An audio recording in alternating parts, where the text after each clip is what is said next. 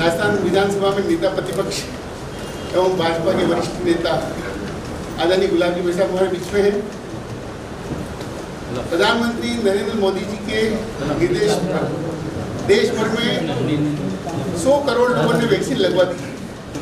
इस ऐतिहासिक मौके पर प्रदेश संगठन के निर्देशानुसार सभी संभाग पर प्रेस वार्ता कर इस बात को जन जन तक पहुंचा। आप सभी मीडिया कर्मी का मैं स्वागत करता हूं और आपसे उम्मीद करता हूं कि भारत की इस ऐतिहासिक सफलता पर विश्व में भारत का जो मान बढ़ा इससे उसको आप जन जन तक पहुंचाने का प्रयत्न करें।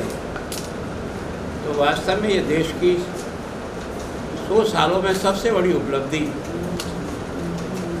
मैं कह सकता हूँ। देश के प्रधानमंत्री जी ने जिस प्रकार से इस कोरोना महामारी को एक चुनौती के रूप में स्वीकार किया, लोगों के मन में कई प्रकार के संदेह थे, आपके भी थे, मेरे भी थे। ये जो महामारी आई है इसने सारी दुनिया को हिला दिया। जो लोग अब तक अपने आप को बहुत ही चिकित्सा की दृष्टि से संपन्न मानते थे, उन सबको भी देख करके ऐसा लगा कि शायद इसका मुकाबला हो पाएगा कि नहीं हो पाएगा। और वास्तव में देश के प्रधानमंत्री ने जब लॉकडाउन लगाया तो लोगों ने कई प्रकार की उनकी हंसी उड़ाने का प्रयत्न किया। उन्होंने ताली बजाओ, थाली बजाओ, दीपक जलाओ, इसको कई राजनीतिक पार्टियों ने एक मजाक के रूप में लिया। लेकिन वास्तव में देश के प्रधानमंत्री की सोच को बहुत ही एक तरह से उनके प्रति कृतज्ञ हैं हम। उस आदमी ने संपूर्ण देश को इस महामारी से जोड़ने के लिए इन कार्यक्रमों के माध्यम से यह समस्या संपूर्ण हिंदुस्तान के 130 करोड़ लोगों की है, इसको जोड़ने का प्रयास किया। और सबसे बड़ी तो जो विचार आपको और मुझे भी आया, सामान्य जनता को भी आया, कि देश की आज़ादी के 75 वर्ष हो जाने के बाद भी पूर्व के कालखंड में कोई वैक्सीन हिंदुस्तान में तैयार नहीं हुआ और इसलिए स्वाभाविक भय होना स्वाभाविक था कि इस महामारी का मुकाबला हिंदुस्तान कर पाएगा कि नहीं कर पाएगा। कारण ये, एक तो हिंदुस्तान की आबादी 130 करोड़, हिंदुस्तान में सर्वसाधारण आदमी का जो परचेजिंग पावर हो बहुत कम।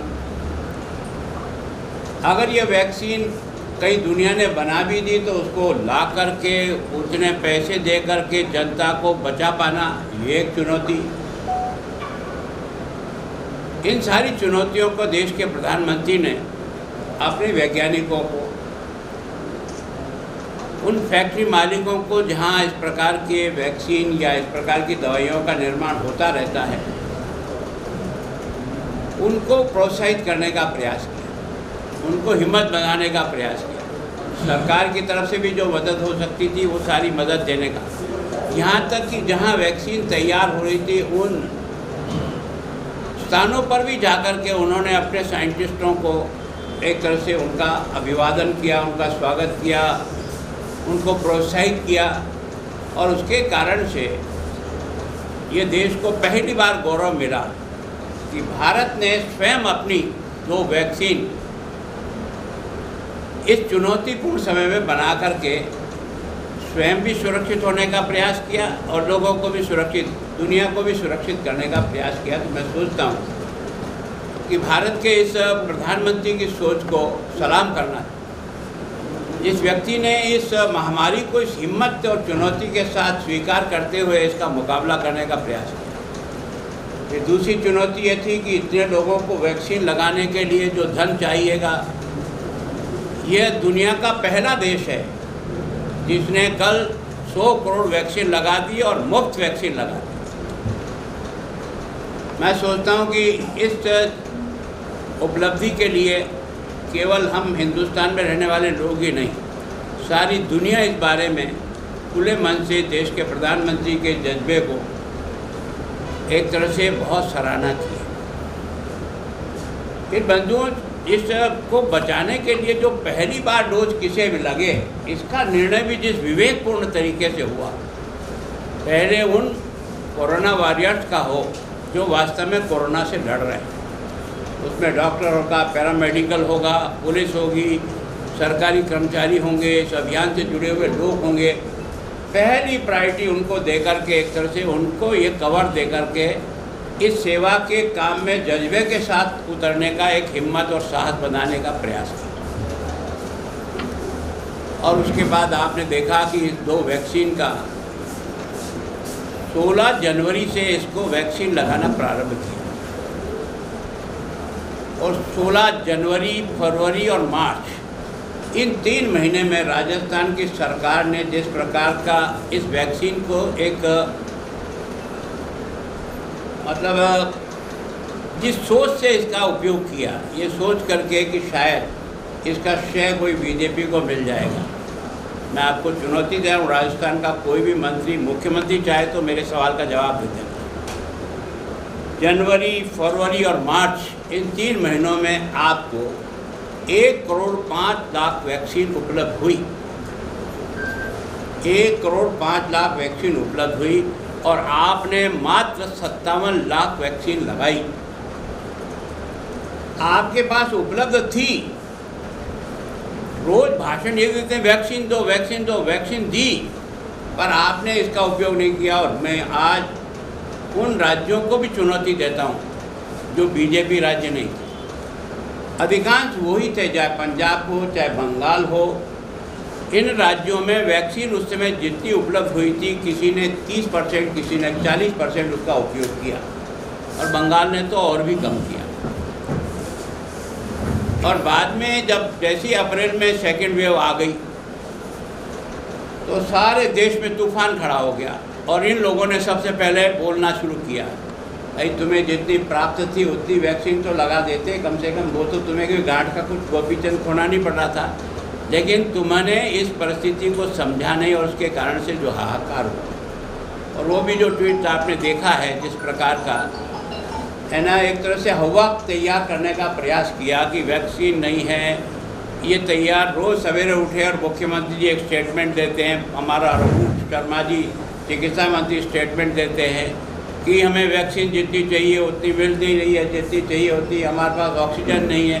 अरे भले आदमी, तुमको भी 210 करोड़ रुपया केंद्र ने दे दिया था ऑक्सीजन प्लांट लगाने के लिए एडवांस में, तुमने उसका उपयोग नहीं किया और तुमने फर्जी बुकिंग करके और बेड बुकिंग करके और इस गैस के बारे में एक हवा पैदा करके देश भर में एक प्रयास किया कि गैस उपलब्ध नहीं है, गैस उपलब्ध नहीं है, गैस उपलब्ध नहीं है। मैं सोचता हूँ उसकी उपलब्धता हुई।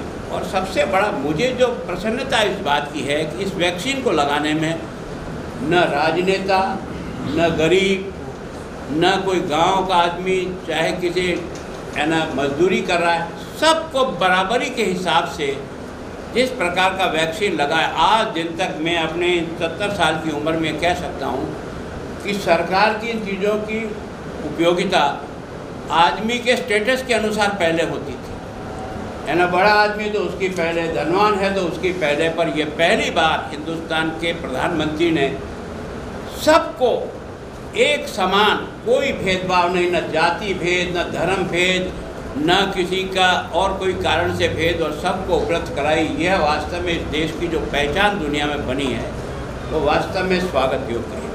मैं पहली बार सोचता हूँ। और दूसरा, जो थर्ड वेव के बारे में जो सोच रहे थे, उसका मुकाबला वैक्सीनेशन के द्वारा ही हुआ। ये जो 100 करोड़ की वैक्सीन लोगों को लगना और उसके कारण से थर्ड वेव की जो आहट आ रही थी उसको रोकने में देश जो है ना वो सफल हो गया। और जहाँ तक उस महामारी के समय में जो बाकी तैयारियाँ थी, अब कई लोगों ने तो उससे मजाक की कि अचानक लॉकडाउन लगा करके आपने बॉम्बे वाले को बॉम्बे में फंसा दिया, चेन्नई वाले को चेन्नई में फंस गए, लोग रास्ते में चल रहे हैं, पैदल चल रहे हैं। अगर वास्तव में ये बुद्धिमानी का काम नहीं होता तो हिंदुस्तान में जो जलजला उठता ना, उसको संभालना ही मुश्किल होता। कारण क्या है? न तो हमारी किट हमारे पास उपलब्ध थे, न हमारे पास वेंटिलेटर थे, न हमारे पास बेड थे, न हमारे हॉस्पिटलों की तैयारी थी, न हमने अपने सारे इंफ्रास्ट्रक्चर को तैयार किया था। एक तरह से उन्होंने तुरंत एकदम शट डाउन करके लोगों को भी बचा लिया और बाकी सारी तैयारियों को भी परफेक्ट करने के लिए उन्होंने समय का सही उपयोग करते हुए एक तरह से दुनिया के देशों में जितनी आबादी हमारी उसकी तहत अगर हम परसेंटेज दें तो हमारी डेथ दुनिया में कई देशों से बहुत कम है। के बाद भी आपने देखा कि आर्थिक दृष्टि से भी जिस चतुराई के साथ हिंदुस्तान को इस विपदा में से निकाला है ना, सारा व्यापार सब कुछ ठप हो गया, लेकिन उसको वापस निकालने के लिए जिस प्रकार से उन्होंने जो आत्मनिर्भर भारत का पैकेज दे करके लोगों को विभिन्न प्रकार की आर्थिक सहायता दे करके हर एक के खाते में पैसे डाल करके 20 करोड़ महिलाओं को वही रुपये 500 दिए होंगे, पर लगातार 3 किस्तें दे करके एक तरह से उसे बचाने का प्रयास किया। किसानों के खाते में 6,000 रुपया साल हर 4 महीने के बाद किस्तें डालकर उनको दिया। जितनी भी छोटी मोटी इंडस्ट्री थी उनको एसएमएस में मदद करके जो है ना उद्योगों को वापस उठाया और उन्होंने कहा लोकल वोकल है ना, स्थानीय उत्पाद को अधिक से अधिक ध्यान दो और इसलिए उसका उत्पादन बढ़ाने के लिए तो आज देश एक तरह से आत्मनिर्भरता की और जो तेज़ी से आगे बढ़ा है। मैं सोचता हूँ इतना तेज़ी से दुनिया का कोई भी देश आर्थिक दृष्टि से इतना मजबूत इतने कम समय में नहीं हुआ जो हिंदुस्तान हुआ है। मैं सोचता हूँ जिनको आलोचना करनी है वो केवल ये रोज़ ये 18 से लेकर 45 साल की आयु वाले का जो हवा खड़ा किया, आप ही ने तो मांग की थी भाई बैठक में, आप ही ने कहा हमें भी तो राज्यों को कुछ काम दो, राज्यों को कुछ स्वायत्ता दो, आपके ही तो सुझाव थे। और इसके कारण से केंद्र ने एक बार निर्णय किया कि 18 से 45 आप लगाओ कोई बात नहीं, लेकिन 18 से 45 वाले एज को लगाने के लिए इन्होंने हमको अधिकार दो, टेंडर लगाया, ग्लोबल टेंडर किया, सब फेल हो गए। अंतोगत हाथ जोड़ के खड़े हो गए कि नहीं हमारे बस का रोग नहीं है, सारा केंद्र ही थे। शायद उनको ये लगा कि केंद्र हम ये कहेंगे ना तो भार के कारण से कहीं ना कर जाएगा कि नहीं मैं नहीं करूँगा, लेकिन देश के प्रधानमंत्री ने 1 सेकंड में स्वीकार कर लिया कि हाँ हम पूरी वैक्सीन जो है वो मुफ्त लगाएंगे। और अब तो छोटे बच्चों की वैक्सीन भी लगभग तैयारी की स्टेज में है। अब वो किसी भी दिन आकर के उन बच्चों को ही बचाने के लिए जो कुछ भी प्रयत्न हो सकता है। मैंने कहा जितना ऑक्सीजन प्लांट तैयार करने के लिए जो प्रयास हुए, मैं सोचता हूँ आज दिन तक ऑक्सीजन के लिए प्लेन उड़े होंगे और हमारे प्लेन में आ रहे हैं और जा रहे हैं।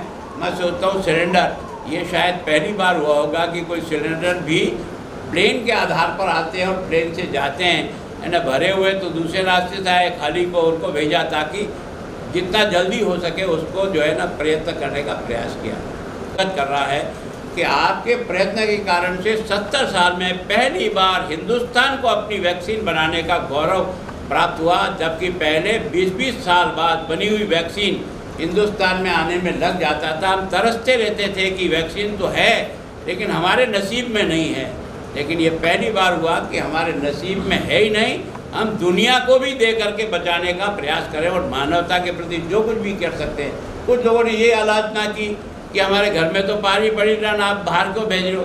अब जब आप किसी दूसरे से मदद चाहते हो तो आपको भी खुले मन से दूसरों की संकट में मदद करना चाहिए, तभी दोनों हाथ आपस में बढ़ते हैं, है ना। कई रॉ मटेरियल ऐसे थे जो अगर हम इस तरह से उनको मदद नहीं करते, वो अगर हमारा रॉ मटेरियल बंद कर देते तो हमारा गाड़ा हो जाता।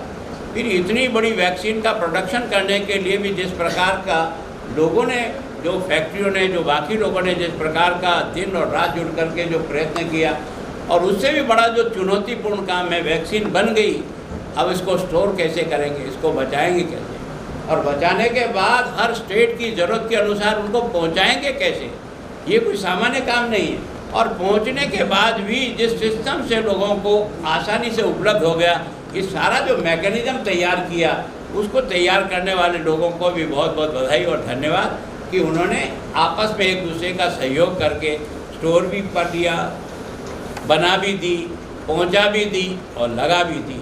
और जो हमारी टीम है उसमें इतना दूर से जो कुछ दिन भर में रिपोर्टिंग लेता हूँ, पहले से हम बहुत इम्प्रूव करते हुए जा रहे हैं। डे टू डे बीजेपी आगे से आगे बढ़ रही है, इतना मैं आपको कह सकता हूँ। जीत रहे नहीं जीत रहे इसको लेकर थोड़ा संशय है क्या वाकई में? क्या जीत रहे हैं या नहीं जीत रहे इसको लेकर किस तरह का संशय है? इस संशय का तो जिस दिन रिजल्ट आएगा उस दिन ही संशय का निदान होगा। हाँकने में तो किसी को जाता ही नहीं है। उनका पहले के भाषण भी पढ़ लो, यही प्रताप सिंह खाजरियाबाद से तीनों करेंगे, ये करा देंगे, 40,000 से जीतेंगे और जो काम नहीं हुए वो सब काम अभी करा देंगे। वो घोषणाएं सब अभी तक धूला चाट रही है। जो तीनों विधानसभा में जो आपने की ना, हम ये काम कराएंगे, ये काम कराएंगे, कम से कम उस पुराने कागज़ को निकाल करके राजसमंद आपके पास ही है, आपके मीडिया वालों से पूछना इन घोषणाओं को इस चुनाव के बाद ज़मीन पर कुछ आई कि नहीं आई। ये तो केवल और केवल इस कांग्रेस की संस्कृति का पार्ट है कि जनता को मूर्ख बना करके कैसे वोट लिया जाता है। ये 70 वर्ष की खेती का धंधा है।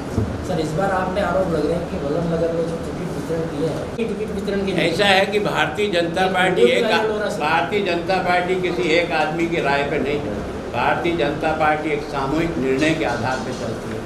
अकेला गुलाब चंद कटारिया भी कुछ नहीं है और अकेला कोई और नेता भी नहीं है।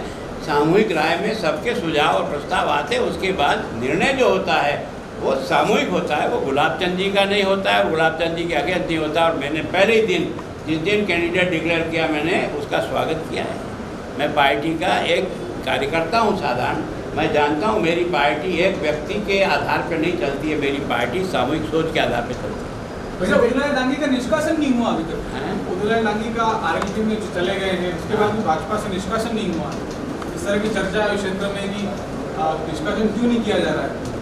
मैं सोचता हूँ निष्कासन तो अपने आप ही हो गया। कहने की जरूरत क्या है? जब उसने आरएलपी से भर दिया तो अब वो बीजेपी में है क्या? कुछ चीज़ें ऐसी होती है जैसे आप मेरा होते हुए भी उनका काम करो तो मैं आपको बाहर निकालूँ। जो पूरा का पूरा ही चला गया उसको क्या बाहर निकालो? सर, वो तो आज भी आपकी तारीफ कर रहे हैं कि भाई साहब ने बहुत कोशिश की। देखो यार, क्या है कि कुछ लोग इस तारीफ को छाप करके अपने कालजे को ठंडा करने का कोशिश कर रहे हैं। टिकट कटा क्यों सर? मेन कारण क्या रहा है? टिकट क्यों कटा? ये तो हमारे उस कमेटी को पूछते, आप तो वो जवाब दे सकते हैं, मैं तो दे नहीं सकता। उपचुनाव में नेताओं की जुबान बहुत फिसल रही है। उपचुनाव में जुबान बहुत फिसल रही है। नेता भाषण देने आ रहे हैं, कार्यक्रमों में आ रहे हैं। जैसे अभी एसपी बघेल साहब ने कहा था कि अशोक गहलोत जी एक पिता के नहीं है, उससे पहले गांधी जी के लिए 2015 में आते थे। जुबानें बहुत फिसल रही है, क्या करते हैं? मैं सोचता हूँ कि कुछ लोगों का आप उसको मुझको भी उससे था, वो किस दर्द के साथ मैंने वो बात कही थी। क्या राम पाकिस्तान में नहीं थे? क्या राम का मंदिर पाकिस्तान में नहीं था? आज वो कितने सुरक्षित हैं? जब भक्त नहीं रहेंगे तो भगवान कहाँ रहेगा? भक्त है तभी तक तो भगवान है। तो क्या है? नहीं, क्या सर मतलब समझ में नहीं आया। भक्त और भगवान किसी भी पाकिस्तान की शहर में अगर वहाँ उसको पूजने वाले नहीं रहे तो भगवान वहाँ क्या करेगा? किसके भरोसे रहेगा?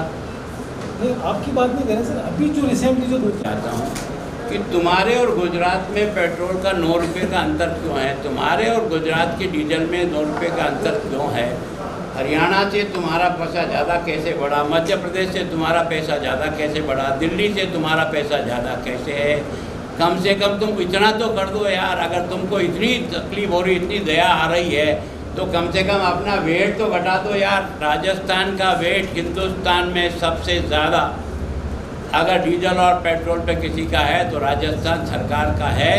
और ये जो निर्णय किया, जो कंपनियों को आपने अधिकार दिया, मनमोहन सिंह जी के समय का अधिकार है, रोजाना 24 घंटे में रेट वहाँ से तय होती है, उसी फॉर्मूले से तय हो रही है। अभी फॉर्मूला नहीं बदला गया, ये बात तो सही है, लेकिन है वही है जो आप करके गए थे, वही फॉर्मूला अभी भी चल रहा है। लेकिन राज्य सरकारें अगर वेट को कम करेगी तो कम से कम ये जो ब्लैक हो रहा है गुजरात से राजस्थान, राजस्थान से मध्य प्रदेश, इस कम से कम ये हरियाणा से दिल्ली से टैंक भरा के लाना और ड्रम रख के लाना तो बंद नहीं होगा। और आसपास के 20-30 किलोमीटर के जितने भी पेट्रोल पंप हैं वो आज ताला जड़ करके नहीं बैठते। सर एक सवाल और क्लिक करके देख सकता हूँ आज बावलवाड़ा में किस प्रकार की घटना हुई है। तो कम से कम सारे प्रदेश के जो 861 थाने थे, अभी कुछ और बड़े हैं, उनका रिकॉर्ड रोज आपके सामने आता है। उनमें हुए अपराधों पर आप या आपका स्टाफ कोई निगाह डाले और निगाह डालने के बाद जो भी इंचार्ज आपका डिपार्टमेंट का वो एसपी से बात करे, किस प्रकार का अपराध हुआ, क्या हो रहा है, उसमें क्या जांच हो रही है। यहाँ तो किसी जो मुख्यमंत्री 18 महीने तक 8 सिविल लाइन से नहीं निकले, उस प्रदेश के लॉ एंड ऑर्डर तो भगवान ही बचाएगा। जय हिंद, जय मेवाड़। प्लीज मेरे YouTube चैनल को सब्सक्राइब जरूर करें। Thank you.